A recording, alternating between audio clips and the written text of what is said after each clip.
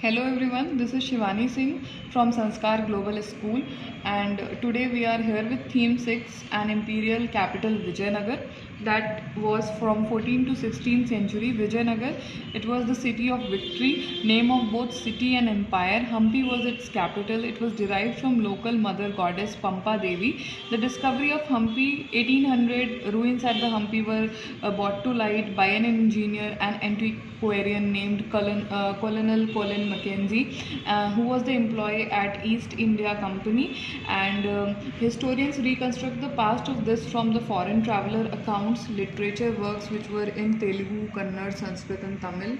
Now we will discuss about the Rayas, the Nayakars, and the Sultans. According to epigraphists, there were two brothers, Harihar and Bukka. In 1336, they found the imperial kingdom of Vijayanagar. People of this empire speak different languages and practice different religions. Contemporary rulers at that time, competitors of Vijayanagar, were sultans of Deccan, Gajapati rulers. What was the reason for the dispute or conflict?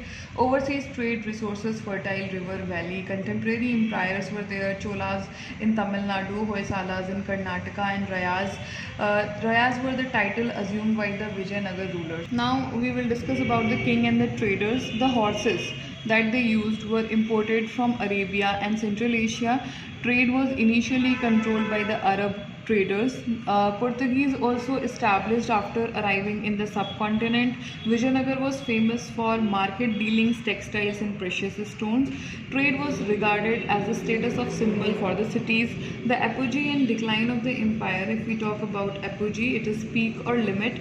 Decline of the empire. First dynasty, Sangam dynasty, exercised control till 1485, and it was replaced by Tuluas. Dev Rai belonged to the Tuluva dynasty, and rulers of Orissa defeated Sultan of Bisapur. Krishnadev Rai built many temples. Army of sultans were responsible for the destruction of the city of Vijayanagar due to religious differences and conflicts. Sultanates took pride in title established of the Yavan kingdom. Now we will discuss the topic: the Rayas and the Nayakars. Military chiefs controlled forts and armed supporters.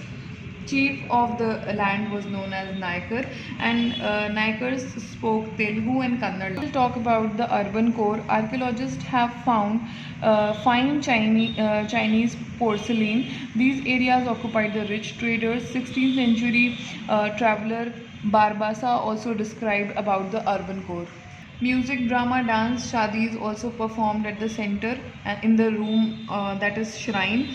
And Vitthal temple is associated with the form of Vishnu god prominent in the Maharashtra region today. Topic 6 is plotting palaces, temples, and bazaars. In 1786, Hampi was recognized as a site of national importance. The detailed survey of this was done with great care. John M. Fritz, G. Michael, M. S. Nagaraja Rao worked for 10 years for Hampi.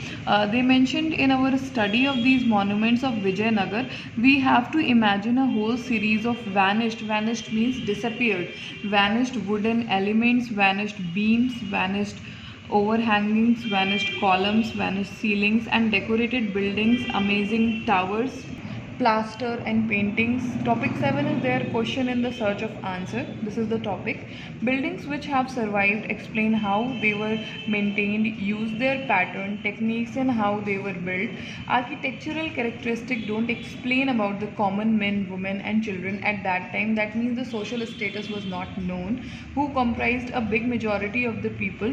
Would they have easy accessibility to the royal or sacred centers? We don't have answers of these questions. Now, if we are going to discuss in detail about the Vijayanagar, then Vijayanagar, it was basically the city of victory. The name was used for the city as well as for the kingdom. I have told you earlier also. The kingdom was founded in the 14th century, and the geographical location, it extended from the river Krishna to the north to the extreme south of a peninsula, and as you can see here also, and Tungabhadra river was also there. It was completely destroyed by 17th to 18th centuries, but stayed in the memories of people living in the areas of Krishna, Tungabhadra, Doab. People recalled it as Hampi. The name obtained from the local mother goddess, you already know, Pampa Devi. Oral traditions are combined with archaeologists' findings, monuments, inscriptions, and other helps the scholars to redetect the Vijayanagar kingdom. This chapter is over, and the next chapter, that is peasant, zamindar and the state, is deducted from your syllabus, and we will be discussing the next chapter in the next video. Thank you.